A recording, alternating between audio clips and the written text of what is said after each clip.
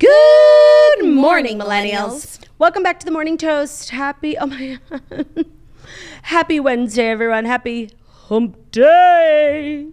Hope everyone's having a great hump day. Hey, Jax, how you doing? I'm doing good. I can't believe it's only Wednesday, honestly. It should be a Thursday. It really should be. It should be Saturday. Maybe because I've been podcasting all week, vlogging, redheads, TMT, never ends. And it just feels like I've done way more episodes this week than days of the week that have passed. But it's just one of those weeks, leading up to the holiday weekend, you got to get it all in. That's what I like to call mogul energy. Yes, this is mogul energy exuding, and mogul energy is exhausted energy. I was up so late editing last night's episode of the Redheads that we recorded. It's an hour and a half. The girls could not stop talking. It's such a different episode because obviously we're recapping the book that we read, but the book that we read is like really reflective on your 20s and just like it's about I don't know, it wasn't plot driven, it was character driven, and it's all about like the person that you are and all the things that make you, and so it was very personal, honestly. Jackie, that's beautiful. I know. So it was raw, and I hope everyone really likes it. I finished editing last night, which I'm so happy about, so it'll be out tomorrow morning bright and early. The Redheads, we rise and grind. Those episodes drop at 7 a.m. You're extremely scheduled and regimented, and I think the Redheads community appreciates that. Yeah, because that's the sort of consistency that the community demands, because like these are people who are reading books. Like I'm not going to read this whole last book just for your episode to be coming out a week late. No, and that is something I'm seeing a lot, just like as an observer of social media culture. It's like if you have a weekly podcast, and maybe this is just like I can be judgmental because I have a daily podcast, and for the most part we get it up. But like you're doing a weekly podcast and people are always like, oh, today's episode's going to be up tomorrow, or I didn't record this week. Like, what? Yeah. Like you have one job, get the episode up. I'm seeing that a lot. I'm seeing a lot of lazy energy for my comrades. But maybe that's also just summer energy. Maybe, but the excuse runs out this week. And next week, obviously, it's the first week after Labor Day, first week back at work. But I'm also seeing, like, I saw a headline that Goldman Sachs is making all of their employees, and I don't know why Goldman Sachs has become like the go-to for what's going on HR in the office across the country, but like every time they do something, it becomes news. Right. Every employee back in the office after Labor Day, no excuses, no more part-time from home. Like, it's over. Oof, that sucks. I mean, 2.5 years later, going on 3 years of this, it's time to get back to work. Like, I guess, but I do think what we've learned from these last 2-3 years is that, like, you can work a full-time job, and, like, if you're remote, like, you can travel. Like, you can have a fulfilling personal life, too, which I feel like people really need. Like, certain jobs, especially fucking Goldman Sachs, like, you have no time for anything else, Yeah, I would say that's a good point, but I do think people need work, and they need obviously work-life balance, but they also need to be able to travel and do things for their mental health. But I feel like the last 2.5 years, everyone's been working from home and mental health is at an all-time low. That's true. Because of like the quarantine of it all. Yeah, but like you're supposed to go out every day, get dressed, see the people, sun, have fresh air. All of these things are important to living a good life. For sure. But I do think this concept of like, traveling but not being off is like a thing. Like now that we've proven like you can fulfill all your responsibilities while maybe going to Miami and working from there, like that should be an option for like these new media companies. Yeah, I think it is an option, but I would actually argue that makes that exacerbates a lot of these issues. Like you need to have time off. Like I feel like back in the day, you used to work from 9 to 5, and you had to be in at 9, but you left at 5 and your day was over. And I mean, back in the day, like 80s, working girl. Before cell phones, email. You couldn't have email on your cell phone. Like at 5 o'clock, the day was over. Now the day never ends because you're constantly expected to be on. And now that goes into vacation too. Like you should take a vacation. You should take the time off. You should put on your OOO, and you should not be disturbed. So you can actually recharge and not just be answering emails on the beach. I learned about that in my media class. It's called personal autonomy. Nobody has personal autonomy anymore because you're technically always on the clock when you work like with emails. Right. The plus side to that, though, is that it allows you to maybe mosey into the office at 11 because you've been on email since 9. And your mouse was moving on Teams, so I said you were available. So everything is pros and cons. Yeah. It really is. And you can make the argument for either. And I know every time I talk about people going back into the office, I get yelled at. And that's fine. Mm-hmm. Come for me. But that's how I feel. And I think it's good. Okay, I feel like mixed about it. I definitely think that, you know, consistently working from home is good for nobody's mental health, and there's no boundaries between like personal space, office space. But I do think there were some good things that came out of it, honestly. And like, I think the way that like our jobs are like something, you know, you have to do like forever in order to live, like so fucked up. Well, that's why if you love what you do, it's better. For sure. No, yeah. Because I don't agree with if you love what you do, you'll never work a day. Because I absolutely love what I do. I don't have one, if I could, you know, drum up some complaints, but I really don't have complaints about what I do. And even I wake up with my alarm and I'm like, no. Yeah. So I do love what I do, but it still feels like work. It's just good. It's fun. Yeah. But then do you ever feel like whenever we have a long weekend or something and you didn't go away, but we're just like home and not doing episodes, that you almost miss it? Oh, no, I didn't think that's what you were going to say. No, I was going to say, do you ever feel like when it's a long weekend and you don't do anything, you stay at home, like that's what life would be like without a job? But it's not good. I mean, of course. No, it's not good. Exactly. In bursts, it's good. And especially in between large stretches of working, it's good. But to do that every day, no, that's not a purposeful life. That's like everything. Not everything is meant to be enjoyed all the time, but doing hard work, it gives you a sense of purpose and that gives you a sense of self. And that is important. Yeah, no, I wasn't saying it like a positive thing. Like being at home, and this is coming from someone who, like, I worship my home. I can't spend enough time there. It's low-key boring. And if that's like your same shit every day, very monotonous, like it's not a purposeful life, 100%. And there have to be bad parts of life so you can appreciate the good parts. Yeah. So I get it, but like, I just think it would be cool if nobody had to work, you know? Like a utopia. Okay, you sound like a socialist. Like, is that why? Like, yeah, I guess it's like giving kibbutz energy, but like I just think like everyone hates working and like we should do something about that, you know? Yeah, but that just counters what you just said, which is that when you're not working. No, I know. I'm saying I feel both ways. I'm feeling like, yeah, for sure it would be boring, but like let's try. That's new for you, feeling both ways. Is it? No, I'm kidding. Oh, yeah, okay. We feel both ways about everything. I feel what you're saying too. Right. I see both sides. I happen to feel a little more strongly that way. Am I a socialist? I'm extremely social, so that makes sense. Yeah. And I've spent many times on kibbutzes. That is not your vibe.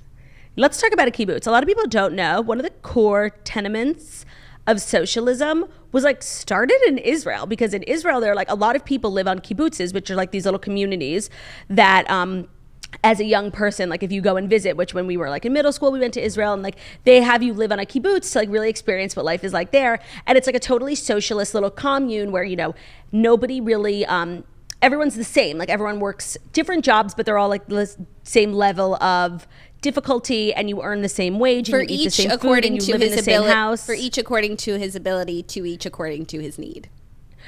Okay, so socialism. They're very not luxurious, if that's a right way of putting it.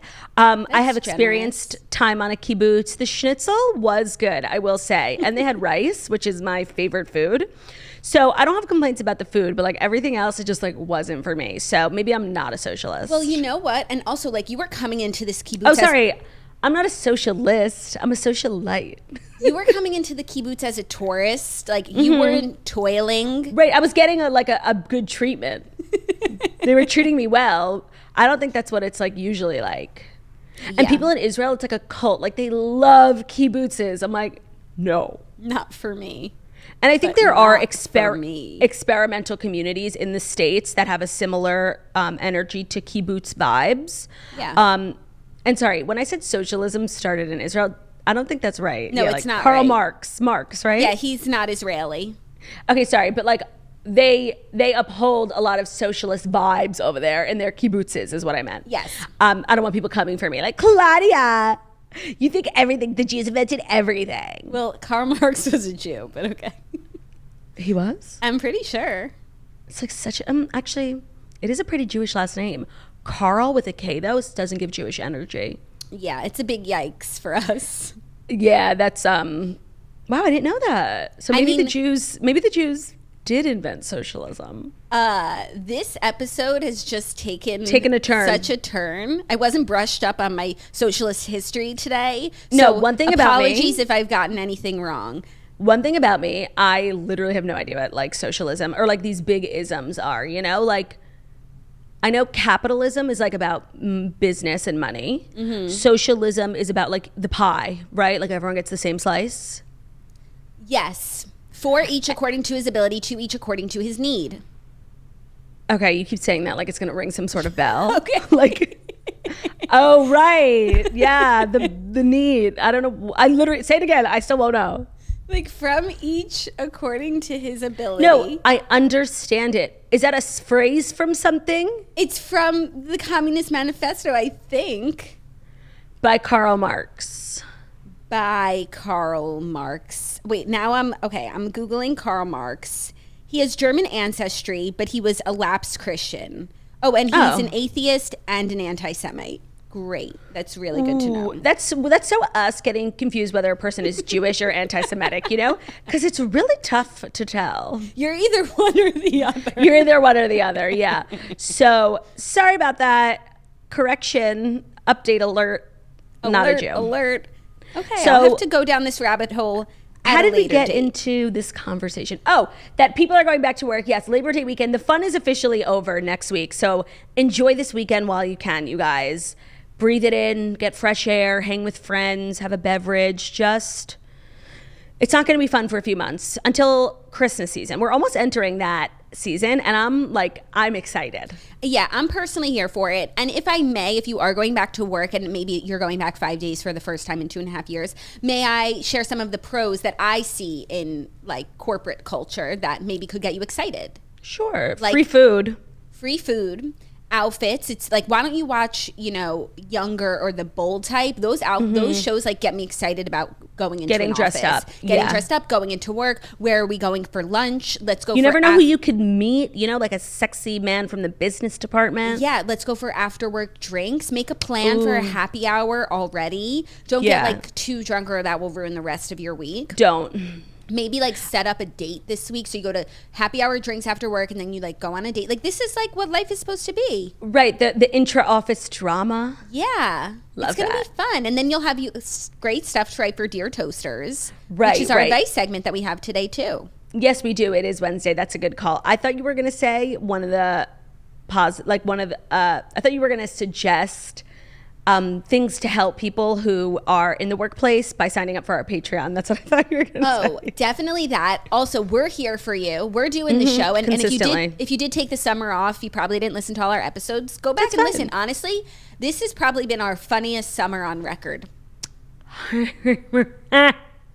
100%. And if you are a toaster and you know what? I think we should talk about it. Oh, let's talk about it. I want to talk about like the state of the toast. But if you are a toaster and you missed some episodes, like please go back and watch because we're really proud of them. We're #proud. Yeah. So I feel like we had this conversation when I was in Florida, but I've been thinking about it a lot recently because like the vibe of this show has changed so much, and not in the sense of like the structure or anything. We've done the same thing for every show since we started, but definitely the vibe, the conversation, the tone. And I feel like when we first started, honestly, I cannot believe people used to watch like our episodes in the pink studio. Like we were literally not funny. I think we were so afraid of like saying the wrong thing, that we were just like kind of being like losers. Like every story, it was like, we're so happy for them. Like, actually, I'm not, So now that I feel like we've gotten more comfortable and like, it's been a long time, we've really established our brand and we've had, people come, people go, people start listening, restarting. Now we just feel really set. And that really gives me the freedom to say whatever the fuck I want, including the fact that I might be a socialist, You know what? That's not a hot take these days. You'll probably get a lot of love. No, I think socialism I think it's like trendy now. No, like if I say I'm a capitalist and you say you're a socialist, let's see who gets more hate. Okay, yeah, I want to be the popular one, so whichever one that is, like, I choose the dangerous one because I'm not afraid of a challenge. Okay, L. You're such an L, and I'm such a Vivian, like jealous wench. No, but back to what you were saying, I agree with everything, and I also think it's a testament to how long we've done this show, but it's also just us growing up in general and just being more confident women, more sure of ourselves, and not letting people's opinions of us change what we do or how we move. Yeah, no, and at the end of the day, like, I'm really just feeling like I want to say how I feel. Like, if I don't support women, like, that's how I feel. You know what I mean? And, like, for the most part, like, I don't support women, you know? Like, and I just feel like that needs to be said. Like, are you cool? Then I'll support you. You know, like, are you nice? But I don't believe in blind female support. And that is something that definitely came with age, you know? Yeah. Yeah. So I feel like the tone of the show has definitely changed recently. And I think that has to do with us changing. And I feel really good. I agree. Like, this was our funniest record to date. Nope. And our I funniest feel like summer to our date. audience now is just like loving it. Maybe our audience has changed. I mean, it's constantly changing. People come in, out, depends on the season of your life. You know, sometimes you need us, sometimes you don't. Right. But that feels great. I feel good. And the summer is coming to an end. And this is kind of us commemorating that. Yeah, our funniest summer yet. What do you think is in store for us for the fall? I'm hoping for, you know, vibes cultivated, lots of chili, lots of good books, lots of good TV to recap, and stunning looks from both of us. That's what I'm hoping for. I love that. I'm looking forward to, not to be toxic, but going on a diet. That's fine. Yeah, I'm actually not looking forward to it. Every time I've tried to eat healthy recently, I've been feeling like so queasy, but I don't think that what you should say is that you're looking forward to going on a diet. You're looking forward to getting back in shape. Sure. Because you're not looking forward to like what you're actually going to be eating. You're looking forward to how you're going to feel. Having, you know, my body be my own again, and then doing what I want to do, because I'm finishing up breastfeeding this week and nursing, which is so bittersweet, but then I can, you know, get back to, and I'm looking forward to getting into some of my clothes again. Like, I'm wearing some clothes today. Not everything is zipped. I'm not gonna lie. That's the beauty of podcasting from the waist up, is that your pants really don't need to be buttoned. Yeah. So every job has benefits. You know, some people get health care, vision care, dental care. We don't have to button our pants. And I feel like, put that in your copay. What's the phrase? Like, put that in your hat and your pipe and smoke it. Put that on your copay and smoke it. Yeah. Yeah. So that's the state of the toast. We're feeling really good about it. And should we continue to do some more toast? Any other we have updates Fast Five from you in your life since yesterday? No, yesterday was just so busy for me, working, getting ready for my trip. I have nothing like unique or funny to add. Okay, great. Cool. So without further ado, where are you? Where the fuck are the Strice brothers? I don't know where Bryce is. Bryce is done with the show. He's walked off set. He's on strike. I don't know what he's looking for, better conditions. Like, he wants a juicier blanket in here. So now that he's gone, I think like we can have an open and honest conversation about how I felt like his presence here was extremely toxic. Like, between the barking, the scratching at the door, like he doesn't understand we're recording a premium audio experience. He never did that. He would sleep right here like a precious angel. He's literally done it multiple times. He barked once, like, because he's a living, breathing dog. And he multiple times. Sound. I think in general, Bryce adds more value to the show than he takes away, but he doesn't want to do it anymore. Maybe he's just taking our advice and he's OOO. Listening to his body. He's OOO. He can't be reached via email. Fuck off. Fuck off. Okay, so miss the Strice brothers. Hopefully they come back one day. And now it's time for the fast. Maybe we're the toxic ones. Like, maybe we have a toxic work environment, and that's why all of our employees are leaving. First Bryce, then Strice. Huh.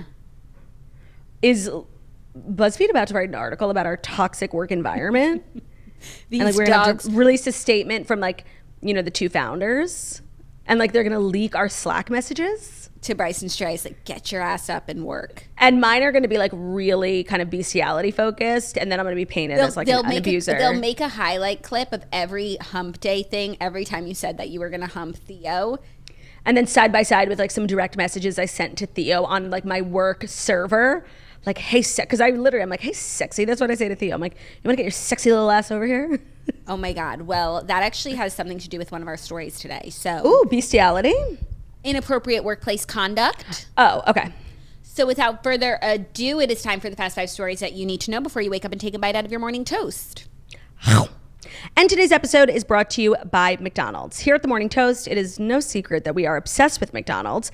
After a long day of podcasts, meetings, is there anything better than a McDonald's Fountain Diet Coke, a large crispy French fry, and their iconic chicken sandwich? No. How do you take your McDonald's chicken sandwich? You do the standard, the spicy, the deluxe. You add pickles, you remove the pickles, you add sauce, you add ketchup. What do you do? For me, I know like everyone thinks I'm a freak. I just like bun chicken ketchup because I'm a 3-year-old. But however you like it, it's more personal than comedy, and there's no wrong way to create your own chicken sandwich from McDonald's. You can order ahead on the McDonald's app. Try the sandwich that invented the crispy, juicy tender today. At participating McDonald's, the app download and registration is required. And today's episode is also brought to you by Clinique. If you have dark spots, it can often feel like a vicious cycle. As soon as one fades, another one pops up. Break the cycle with the Clinique Even Better Clinical Dark Spot Interrupter. Their powerful serum works from fair skin to melanin-rich skin, and it helps visibly correct dark spots, such as acne marks, while protecting from future discoloration. So 94% of people demonstrated an improvement in radiance and visible skin tone, including acne marks, in just 8 weeks. You can see a 39% visible reduction in dark spots in 12 weeks. So what's so great about it is that it's oil-free, alcohol-free, SLS-free, sulfates-free, parabens-free, phthalates-free, fragrance-free. It's also oil-free, non-acnegenic, and it's fast-absorbing. It was developed by dermatologists. Clinique is a brand that we've all known forever. Our grandparents have used it, and it's just premium as hell. It's a brand that you can trust, and dark spots are so difficult to get rid of, and I have been using the serum now for almost 2 months, and I've definitely noticed a difference. My dark spots get really bad in the summer. So you can get the Even Better Clinical Dark Spot Interrupter today. It's available at Clinique.com. Thank you, Claudia. You're welcome. Our first story, Leonardo DiCaprio and Camila Morrone break up after 4 years. Their hearts will go on. Leo and Camila have called it quits after 4 years together, according to People. Sources confirmed the split to the outlet, but a reason for the reported breakup was not given. It is worth noting that Camila recently turned 25, and Leo has not dated someone over 25, I think, in his whole life. So the reason for their breakup was her recent birthday. That's like what the memesters are saying. She's aged out of the program. She's aged out of the program. He's not interested in women with fully formed frontal lobes. Brains. So she had to go. Well, she lasted a long time. They started dating when she was 21. Yeah. I really thought that this was it for them. And I didn't. You didn't? No. I mean, it's right there, plain as day. There's someone like put together a graphic of how he ages, trending in a line upwards. And all of his girlfriends, from Giselle, Bar Raffaelli, Tony, Blake, every single one he never goes over 25 with. That's like, there's been a few that hit that number. It's so fucking weird. Like, honestly. And I just can't believe that, like, he would actually break. Like, he should have waited till she was 26, like, just to shut prove people wrong. up. But maybe he really can't stand a 25-year-old woman. I think part of the reason why people might be shocked by this was because they were together for so long. I don't think he ever dated any of those girls for as long or started dating them as young. I think a lot of people thought that this might be, it for Leo. It's not. How old is Leo now? Leo is 40. I think he's 42, but let me just confirm that. That is unique. Yeah, let me confirm. Also, have you been seeing these rumors that he's dating Gigi? He's 47. He's 47. Oh my God. No, I haven't seen the rumors that he's dating Gigi. How old is Gigi? Gigi's older than 25. Yes. She might even be like close to 30. I feel like she's my age. She's 27. Oh my God, she's younger than me. Like, just kill me now. How old are you? 100. You're 28? Stop. Are you really? Stop. Stop. Seriously, shut up. I didn't say anything. Shut the fuck up. I didn't say Stop. anything. Am I 28? Yeah. There's no getting around that. I have not seen the rumors that he's dating Gigi, and while I would ship, it's still fucking weird. Like 20 years. Get a life. Like, there are beautiful, sexy women who you actually might have something in common with who are in their 30s. I'm not even saying you have to date someone in their 40s. 30s? Yeah. A 35-year-old? Like, come on. It's weird. And now I'm like in the camp of he won't date a woman over 25, doesn't want a fully formed female companion. But, you know, I feel like, I think right. Cammy Morrone is like so everything of the sort. I feel like this relationship was like so good for her career. She's like, you know, I think she is the face of Chanel. She gets really premium acting roles. I believe she's going to be in Daisy Jones, right? Yep, she's playing Camila in Daisy Jones. Who's Camila? So you know how Daisy, like there's a lead singer of the band that Daisy joins, the Six. I think his name is like Billy or something. Anyways, Billy's wife is right. Cammy. I remember. Yeah. I love that. And I think like she's great. And I look forward to seeing what she does next. But I'm glad we're all having this conversation because, you know, we'd love to talk about it with like Scott Disick. And for a while, Leo like goes under the radar. And it was just like a thing people know but never really spoke about how fucking weird it is and borderline unethical. Mm-hmm. But now we've said it. And I guess the difference is like at least he has these long-term relationships, which is something, as opposed to Scott, who's like cycling through 18-year-olds. Like in a way, he never gets to 23, 24, or 25. Jackie, in a way, it's worse. Explain. Because the long-term nature of the relationships like give like grooming vibes, right? The grooming. Yeah. It's just weird. Like, I would love to see him date someone slightly older. I'm not unreasonable. You don't need to date someone 75. Like, no, 35. At this point, the bar is just 26. Yeah, right. Like, that's weird. Yeah. I do forget that there was a time when Blake Lively and Leonardo DiCaprio were dating. And that was a while ago. So he was probably like 37. No, I think it was more than that. He was younger than that. But so was she. Giselle. Right. And they dated for like more than 5 years, I think. And then Bar Raffaele, like every girlfriend that he's had has been like, that's his long-term partner. But there's been like 6 of them. Yeah. And like, what is he going to do? Is he going to do the George Clooney thing, who was also like doing long-term relationships but never settling down? And then literally we all blinked and he's married with twins in Italy? Probably. Yeah. Do you think he's going to go like, you know, the lawyer businesswoman route, yes. Leo? Mm-hmm. Or like an actress? I think like an environmentalist. Totally. Maybe. I was just going to make the most disgusting joke and I will not make it. I'll tell you after. It's so funny. Oh, can't wait. Yeah. That's funny. Should I say it? Yeah. We can always cut it out. He's going to date an environmentalist. Maybe he'll wait till that girl Greta is 18. That's a good joke. Because she's so young. Like, I know that's like inappropriate, but it was like a funny joke. That's really funny and not entirely not out of the realm of possibility. Not out of the realm. Right, because what is she now, 16? I could see in like 5 years Leo dating her. But the thing about Greta is that she is principled. And I don't think she would fall for it. I don't think so either, but it's Leo. Like, he would like try and hit on her and she would be like, how dare you? Are we going to have to cut this out? Like, is this really inappropriate? I don't think so. How dare you? I love that bitch. Like, she is so fucking, like, she's not even doing it to be funny, but like, she's so fucking funny. Well, she's also a change maker, but she's also like unintentionally a comedian. Agree. How dare you? That was iconic. Literally iconic. So funny. So we'll keep our eye out for that. But honestly, stranger things have happened. Right. Like, what movie was I recently watching where they had like a Greta Gerwig girl on Younger, Fupa Grunhoff. Yeah. That was a funny episode. Yeah. Are you ready for our next story? Yeah, younger. Yeah. Yeah. So funny. Are you ready for our next story? Mm-hmm. The chickens might be coming home to roost for Dan Schneider. Oh my God. I'm like, we're talking about chickens? Like a farm? The chickens are coming to roost on this Indiana farm. I literally thought that's what you were going to say. No.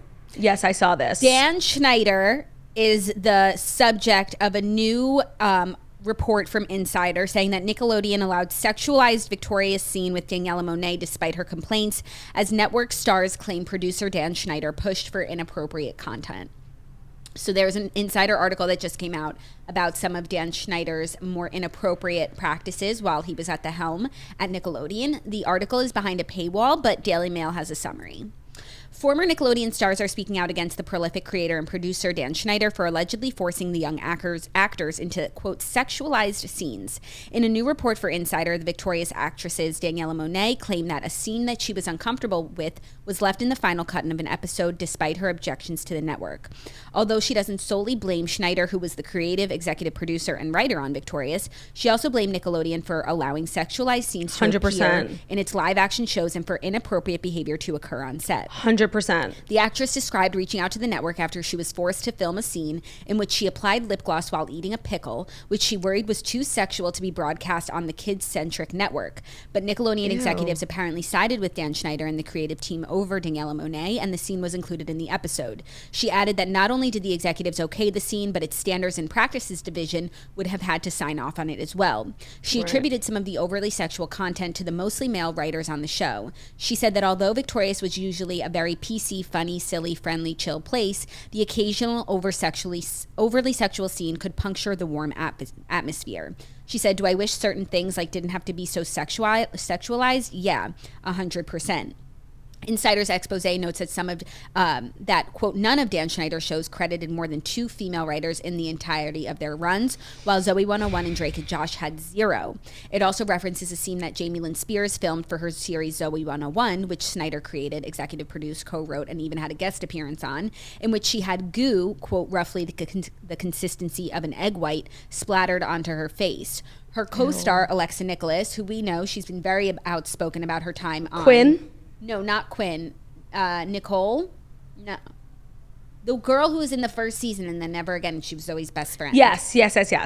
She recalled that Dan wasn't satisfied with that take and made a crew member squirt her in the face multiple times. After Jamie Lynn caught the goo on her forehead during one take, at which point it started to dribble down to her face and into her mouth, which led crew members and Spears' even her mother erupt into giggles. She recalled one of her male co-stars saying it's like a cum shot before noting that the most sexualized take was the one selected for the episode. The article goes on and on with instances like this, and also references Jeanette's book where she talks about the creator. She never references Dan by name and talks about how he pressured her into drinking alcohol at a young age and gave her some massages that she didn't want. So I feel like it's pretty much been an open secret for many, many years that Dan Schneider was extremely nefarious during the height of his time on those Nickelodeon shows. It's important to know that, like, Dan Schneider is so rich and so litigious that I think it's really stopped this story from becoming like a major, major story for that reason. And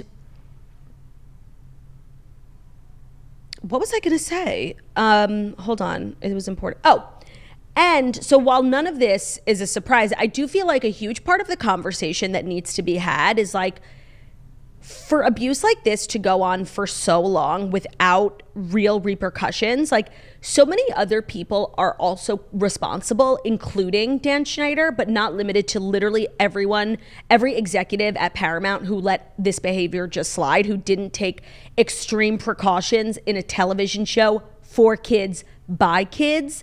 Like the way that even when it came to a head a couple of years ago and they very quietly just not even fired, like let him retire, the way that like everyone at this network has time after time protected Dan Schneider is so fucked up. It's so unethical. And then it also makes you think like, why? Yeah. Not to be like a conspiracy girly, but why? No. And who else is involved? And why wouldn't, you know, the executives of a kids television network not have the kids well-being, and safety their number one priority. No network wants a scandal, let alone a network that hires mostly children. Yeah. Ugh, it just makes me so fucking sick the way kids are treated. And I know. how there's never any justice in all of these places that are supposed to be like kid-friendly institutions or havens for kids or literally intended to protect kids. I was just reading this book before we were yours, and it's from a while ago what happened, but it was egregious abuse in these orphanages of children who were kidnapped from loving parents in some situations to be given to like and sold to richer parents, but in the orphanages, like horrendous abuse. Over 500 kids were probably murdered during their time there. Wow. And just never to be seen again. No record of them exists. Like we see with like USA Gymnastics. Right, you know? right. These institutions that are supposed to be looking out for kids. Like we see it with failing. human trafficking.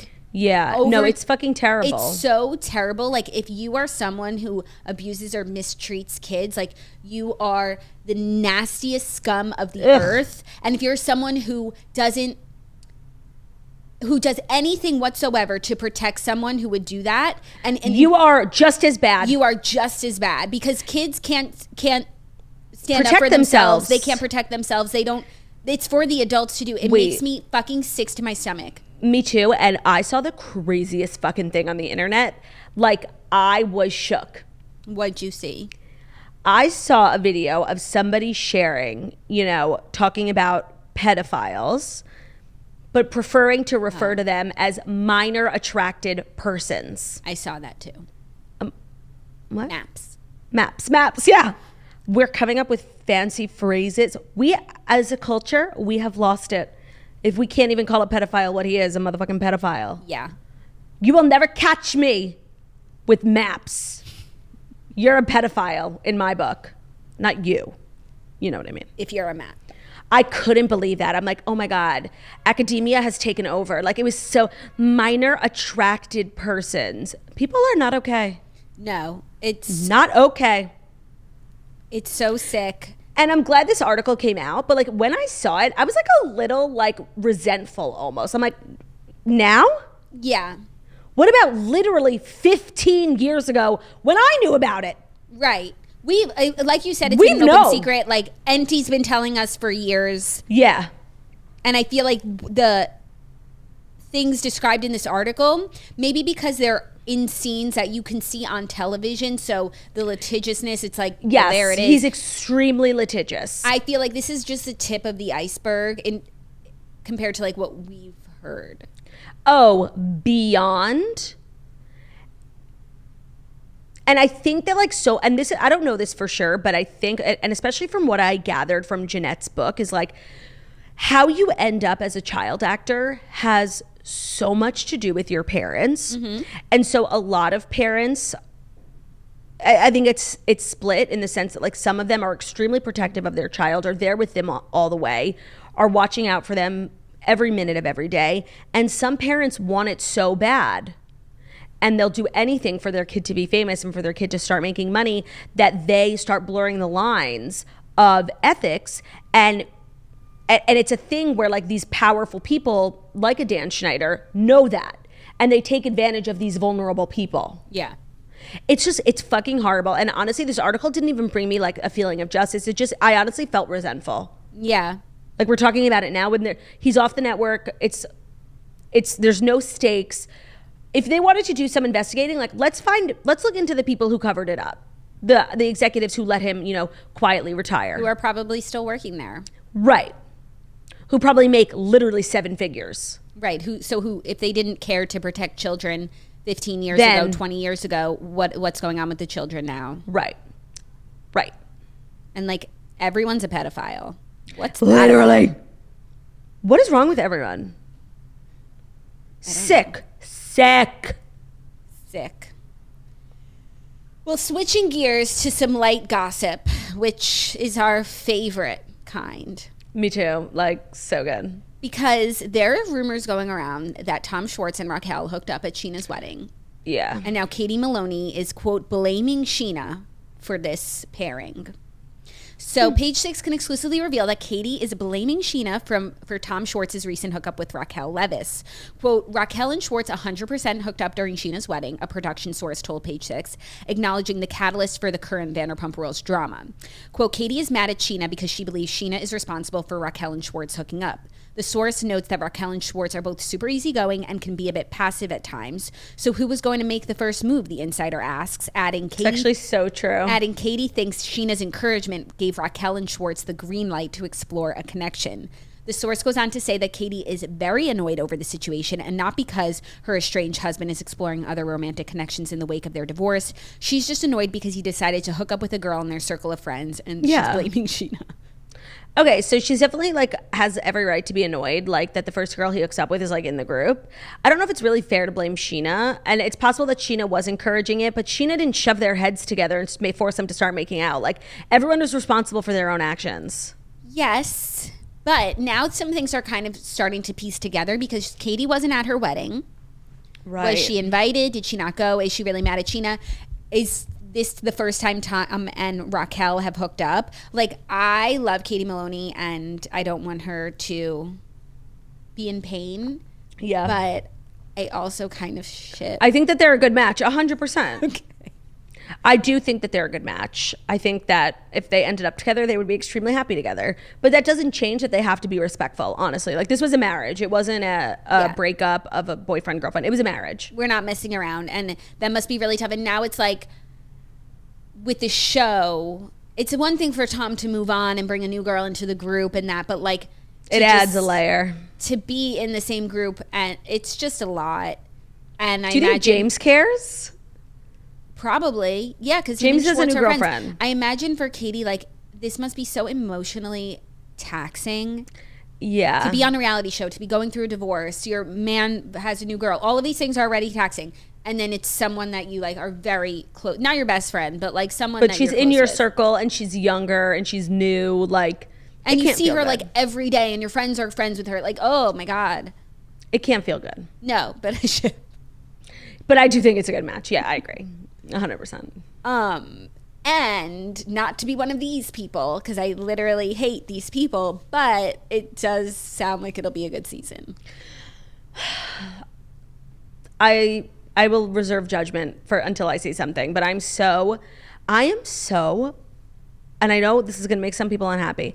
I am so over Bravo as a whole.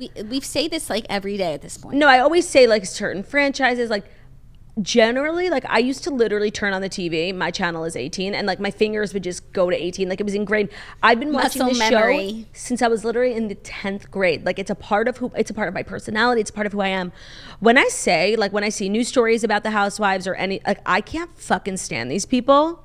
I think it's like, now I kind of look at it as how like other people like used to look down on us for like being obsessed. Like people who are obsessed, I'm like, get a life.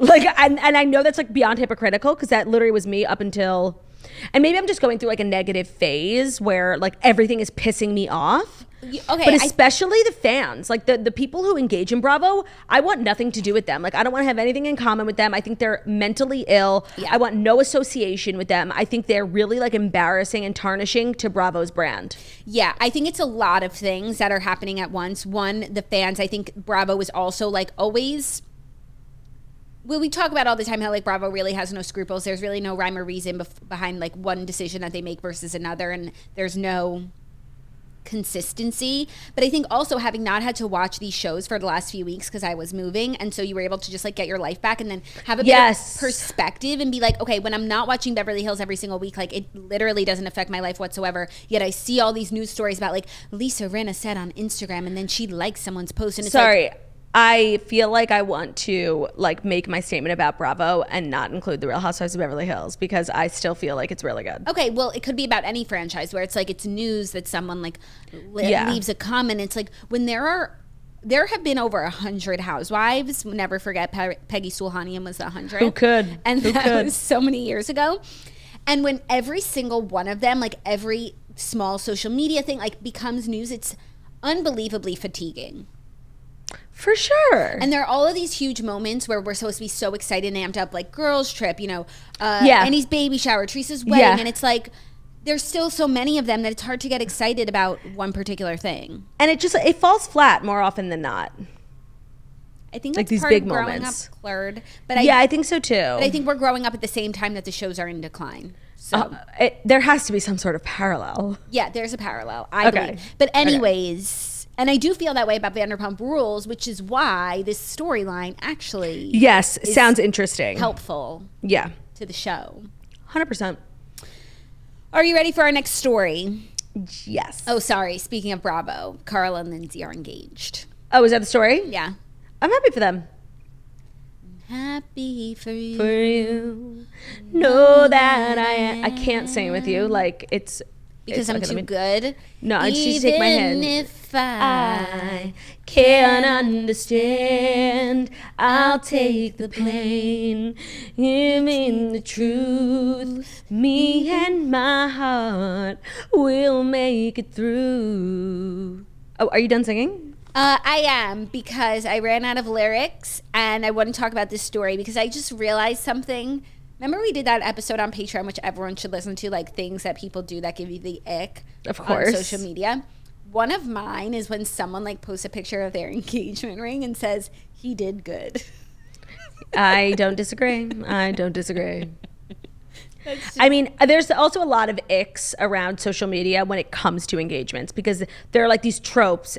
Like, I did a thing. I said yes. Like, there's a lot of like cliches that people use. So it's hard to be original when it comes to like engagement content on social media. Yeah, it is. But live your life. And if he did do good, like, who cares what I think? But yeah, totally. Like, you're happy. Right. That's all like, that matters. That doesn't mean you can't say it anymore. It's just something. I'm just like a negative wench. And wench is gonna wench, you know? Wench is gonna wench. Well, Lindsay, I just want to say, did not say that. Oh. She said, and she actually said something really sweet. She told people, this is the most incredible thing I've ever laid eyes on, except Carl. Oh, that's sweet. She really is sweet. like so obsessed with him. So you'd love to see somebody out here like getting their love requited. Do you know what I mean? Yeah, Is that the right way to and phrase it? It's the end of summer, which means that this will be on the show. Filmed. And this is, I think, the turn that no one saw coming. This is like a plot twist. No, it's like last season Summer House, he was dating Mackenzie. Right. This season Summer House, he's engaged to Lindsay.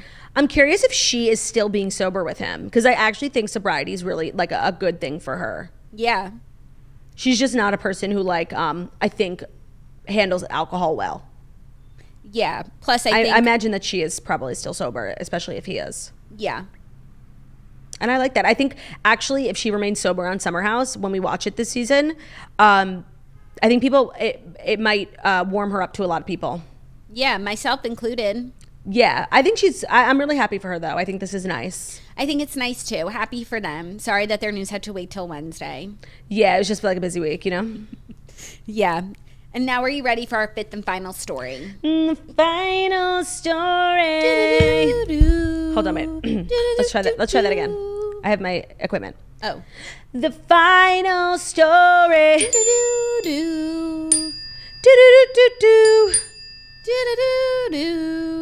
We were good before your instrument. The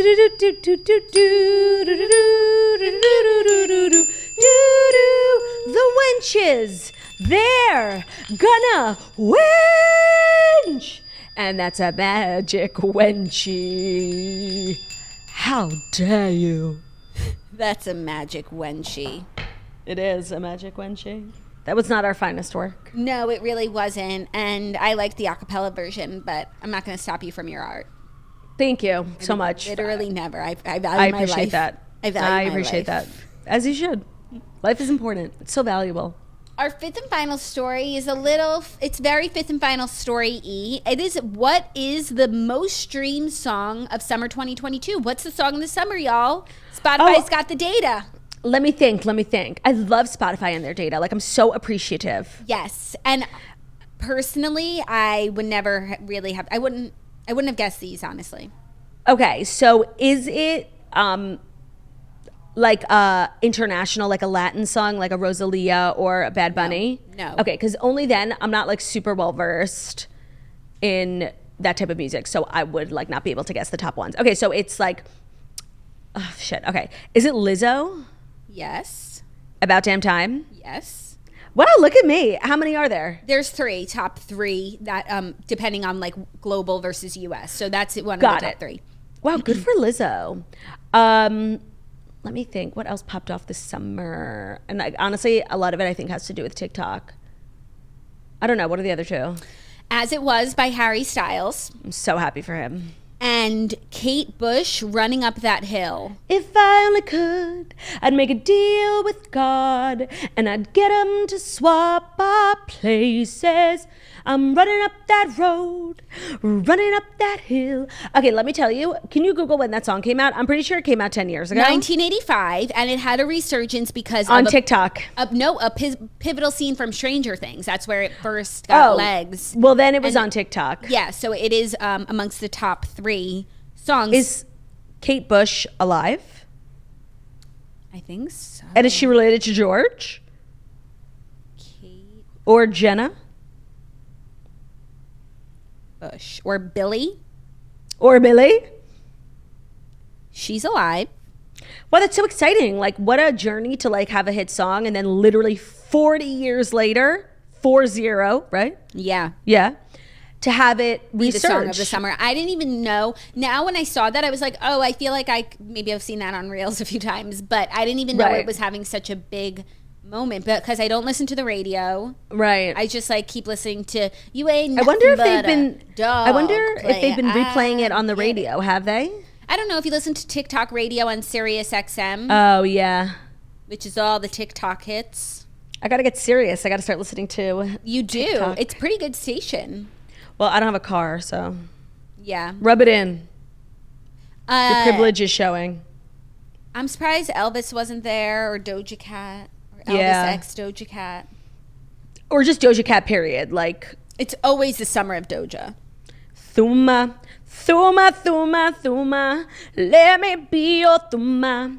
Thuma, Thuma, Thuma, let me be your Thuma. Will you let me be your Thuma? You are my one and only Thuma. What was your song of the summer? That is a great question. Let me look Yeah, let me look for in mine my too. Spotify. But see, for me, like, Song of the Summer doesn't really have anything to do Of course, with... no, but what song did you listen to on repeat this summer that, like, when you listen to it in a few years, it'll remind you of summer 2022? Oh, my God. No Okay, pressure. honestly, No pressure. this is, like, so random. Should I play it, or will we get copyrighted? What's the song? I don't want it to. I wanted to play it, Well, but maybe that just means we won't be able to monetize the episode, but I think it's worth it for a great bop.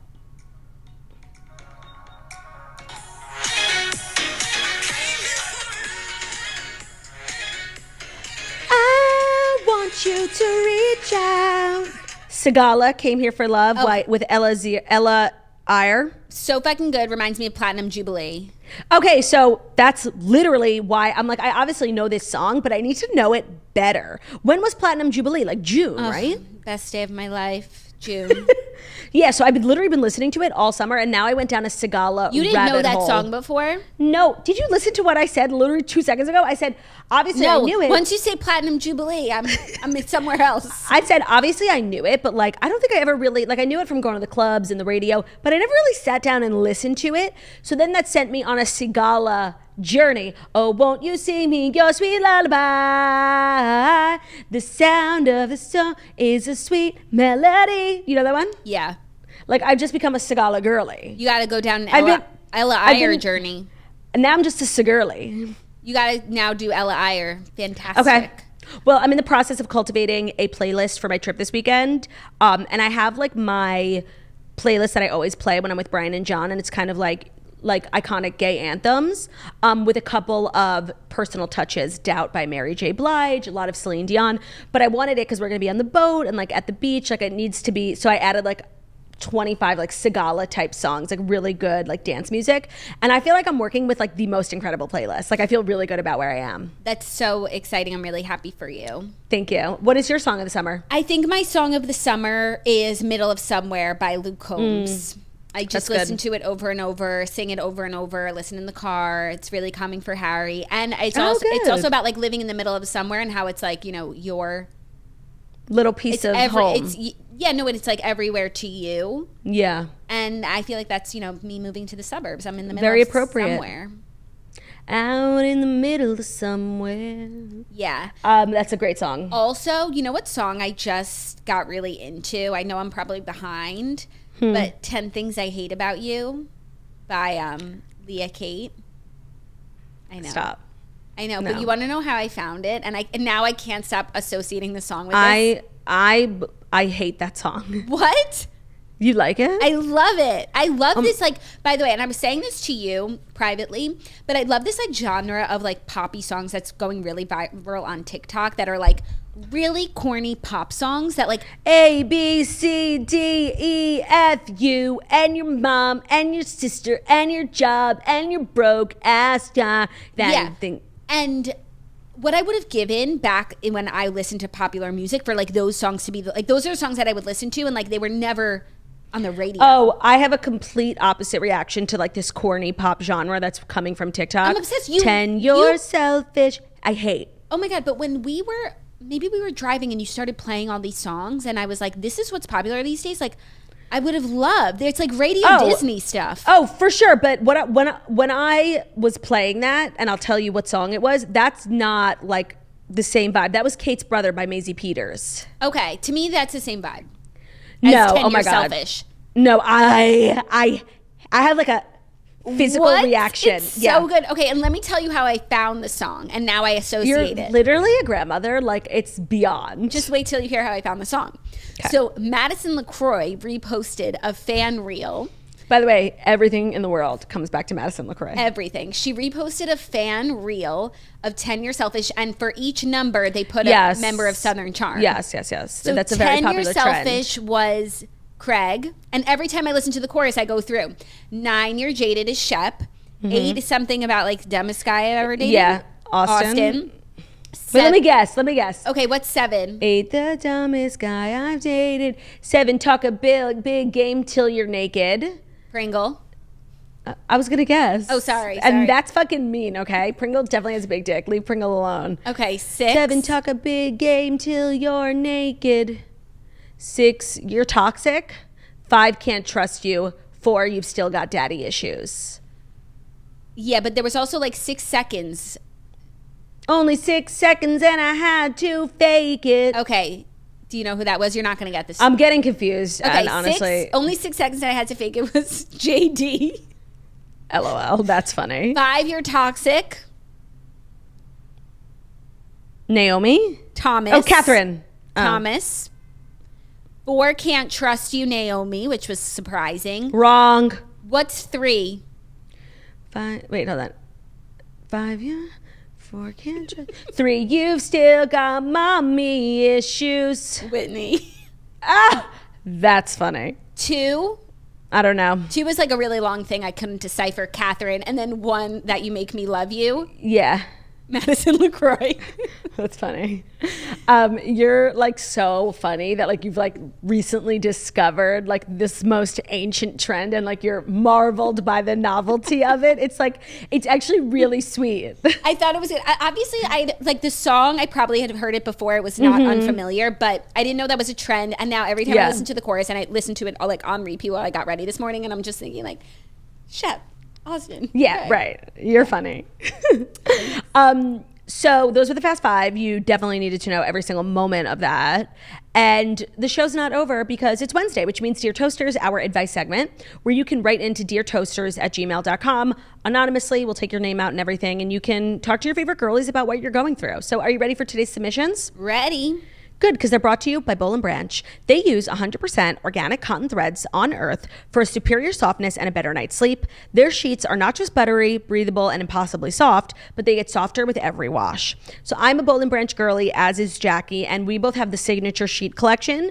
It comes in 9 neutral colors in all bed sizes from twin up to California king.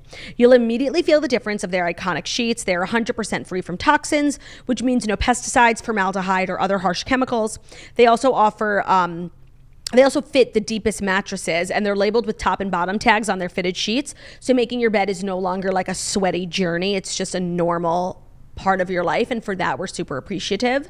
Boll & Branch has been beloved by many U.S. presidents and 2 Peabody Award-winning podcasts. So if that doesn't kind of shake you to your core, I don't know what will. Boll & Branch is a premium linen and bed company. I have so many of their sheets, but I also have different like bed accessories. Like we both have that waffle throw blanket that everyone loves.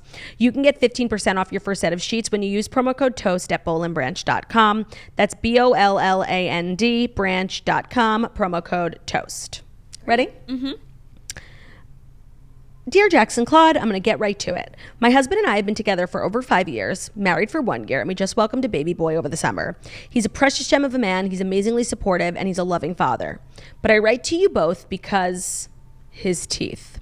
He used to love drinking Monster energy drinks, and I finally got him to switch to black coffee just to be a little healthier, but now his front 2 teeth are constantly stained. They're noticeably stained, and I've brought it up to him before when we're both brushing our teeth, but sometimes if we're just having a quarrel, my go-to line will be, well, your teeth are yellow. It just comes out somehow. I don't mean to be mean, but it truly bothers me, and I just don't know what to do. He gets defensive and thinks it's not a big deal and that I'll take care of it, but he doesn't. He has a beautiful smile, and I just hate to see him not take care of his teeth. He interacts with people all day and at work, and I just know that they can see it too. He can't seem to be bothered or care to keep using the whitening strips or brush more. Any advice would be appreciated, and I'll definitely follow up with you. I was going to say whitening strips because I used to use them, and I think they're fantastic. They don't work for everyone, and some people really don't like them, but I do. Can I say one thing without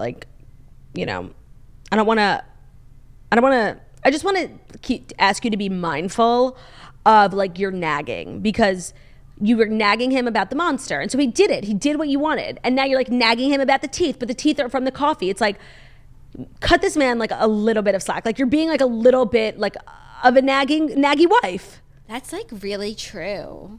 Like he did what you wanted, and now the problem he has now, sorry, it's your fucking fault. Also, do you ever feel like, especially when you stare at the same face every day, like with your husband, like she's noticing it more than his coworkers, 100%. Of course, no, but also it's like, would you notice that?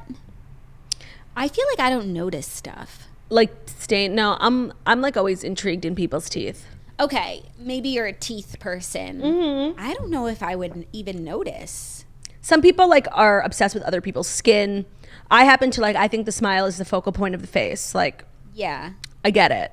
And there's definitely things you could do. I just want you to keep in mind to not really annoy him and piss him off, because then he'll never listen to you, you know? Yeah, but part of being a wife to a man is learning how to communicate with them in this moronic way so that they'll do what you want. And currently also, you're entering danger zone of naggy bitch wife. You're also part of being married is picking your battles. Yes. And I do think that this is a battle worth having, for sure. You have to look at his teeth every day and they bother you. You have to, speak the right language, but maybe just make him an appointment for a teeth whitening session. I think it's only one time and it'll clear right up. Or make one for yourself and be like, do you want to come with me? Make it easy for him. That's what you have to do with men. You have to literally wipe their ass and drive them there, and then maybe they'll do it. Yeah, exactly. So if you could do that dance, just get him there. I don't think that it's not a worthy journey. I think you should totally get it fixed, and we're going to help you do that. But please listen to what I said. Because if then your husband just associates every time you say something as you being annoying and bitching to him, then he'll never listen. He'll never listen. And once you lose them, that's the worst. Once you lose their ear. Yeah, no. Good luck to you and your child. Getting it back. Yeah. So you have to really be extremely cautious in these scenarios. Yeah, you need to speak husband. That should be a language on Babbel. 100%. Rosetta Stone, call it up, hook it up. Yeah, babe, I love your smile. Okay, we're only gonna do one more because it's a little long, and it's kind of complex. It's no, it's not complex, but it's really it's pissing me the fuck off. Oof, okay. Okay. Dear Jackson Claude, a few days ago, one of my best friends from high school, I'm 28 years old, called me with some random news. She stated that she had heard through the grapevine that my boyfriend of 2 years, Ben, lent money to his longtime female friend to help her with a messy situation and financial predicament that she was in. Me and Ben have had arguments and discussions about this particular female friend before. I too have known her for many years, and I've had my own encounters with her prior to ever even meeting Ben. I don't like her and I don't trust her. Plus, they slept together once a long time ago, so it's just icky to me. However, I've never asked him to stop being friends with her because I believe in my heart that there is nothing nefarious going on between them. Also, she lives in California. We've recently moved to Nashville, so whatever. But when he came home, I confronted him and he admitted that it was true. I told him it wasn't the fact that he lent her money. It was the fact that I had to find out from someone else, and he intentionally withheld this information from me for over a month. I felt dumb and I felt betrayed. He said he wanted to avoid upsetting me and avoid a fight.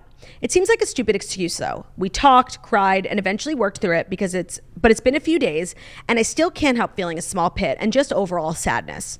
It's the fact that he had so many opportunities to tell me and didn't. I love Ben. I know he loves me and I don't think that this is worth ending a relationship over, but I'm worried I will always be suspicious or let my mind wander. I don't want this to make me insecure moving forward in our relationship. What should I do? I want to be happy and move forward in my relationship. Bitch, you're a bigger woman than me because I think that this is breakup worthy. Yeah.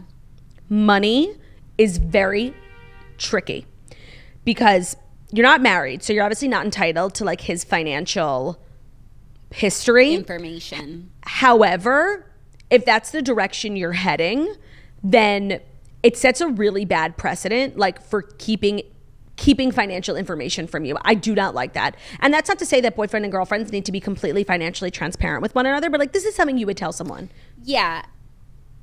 The fact that he wasn't financially like transparent about such a big thing, but also just not transparent in general. Like even if it was $25. Not to do with money, but just if he had some sort of, say he like went to coffee with her and didn't tell you. Like, Also, the relationship that you're describing between him and her, it sounds like the only reason why you're okay with their relationship is because she lives in California. But like, right, there shouldn't be someone like in the background of your relationship who also like would go to your boyfriend for money and who your boyfriend would give it to. It's potentially nefarious. Yeah, it's not good. Money's like next level. It's not like she's going to him for advice or a place to stay. Like money. I think it's weird. I do. And is she always going to come back to this well? Is this going to be the only time? I think you have absolutely every right to be upset still. It would piss me the fuck off. And honestly, dare I say, I don't think you're mad enough. Is she going to pay him back? Was it a loan or a gift? If he's right. Now you have to get involved. If he's giving out gifts, why don't you get a gift?